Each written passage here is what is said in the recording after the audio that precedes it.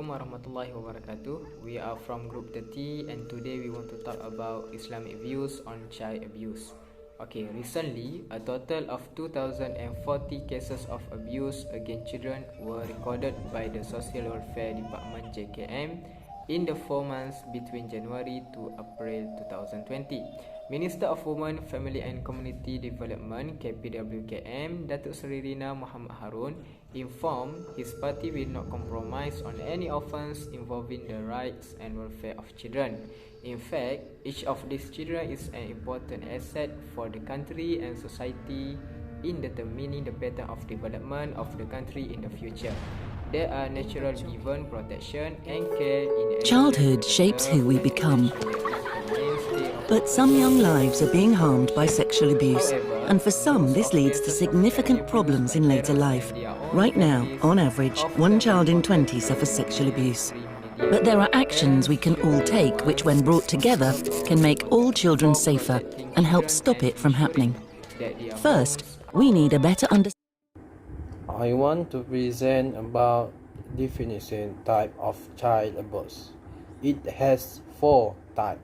First, physical abuse, abuse emotion, sexual abuse, and neglect.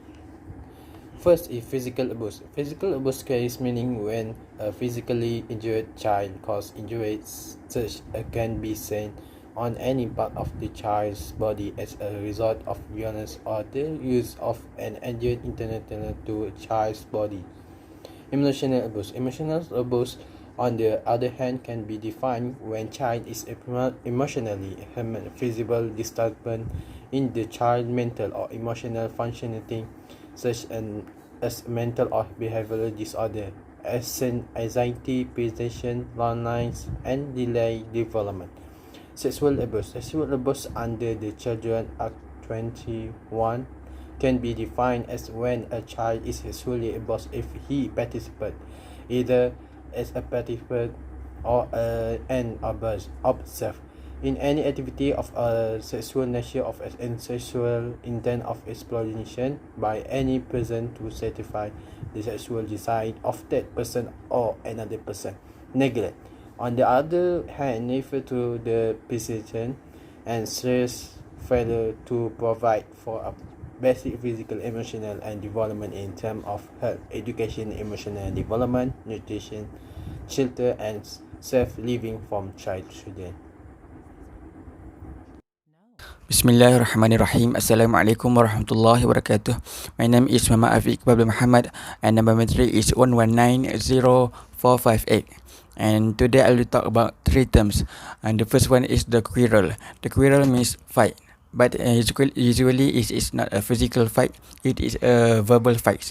And these terms usually occurs between the best friends or between parents, even at is the happiest of marriage.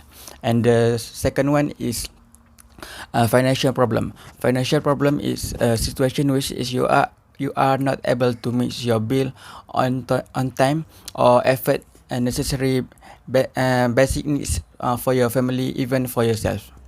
And the third one is household problem. Household problem is means the problems that relate to the house we live in. I will give example. When you want to wash your clothes in morning, but you have a problem with your washing machine, you cannot start it. How would you describe this problem? And this called household problems.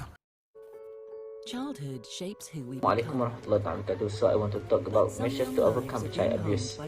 First, ensure that certain parties deal with the children involved to ensure that they dare to report the behavior that they face, especially in cases of abuse.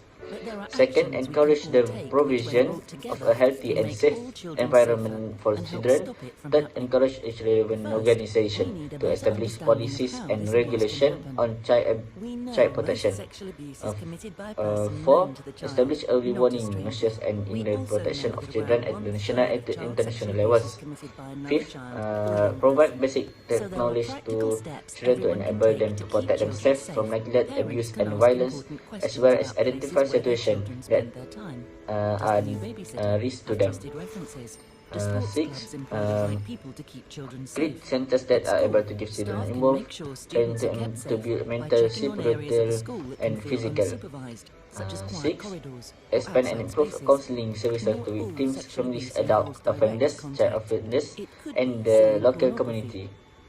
7. Increase and expand protection and health services to victims and families. 8. Encourage research and development on child protection and disseminate research findings for improvement. And lastly, organize programs such as Family and Children's Day to further strengthen the relationship to prevent the emergence of negative things in the field of family. Thank you.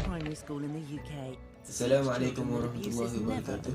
Islamic views on child abuse. Allah Subhanahu wa Ta'ala says in Surah Maryam verse 19c, Innal ladhina amanu wa amilu salihati sayaj'alu lahumur rahmanu wudda. Indeed, those who have believed and done righteous deeds, the most merciful will appoint for them affection. The first one, clearly, the Islamic view of child abuse is it must be eradicated effectively. Second, parents must find the best way to educate children with love. Third, parents should not be cruel to their children. And last one, not simply by torturing or punishing them. That's all for me. Thank you. We know how, and we're making progress. And we know Conclusion based on this discussion, child abuse is a heinous act strictly forbidden by religion. This is because such acts seem to be aimed at destroying the important asset of the country in the future and destroying our own descendants. Remember, children are a very holy and clean trust of God. Therefore, it is our responsibility to shape him into a good person. That's all from our group. Thank you for listening.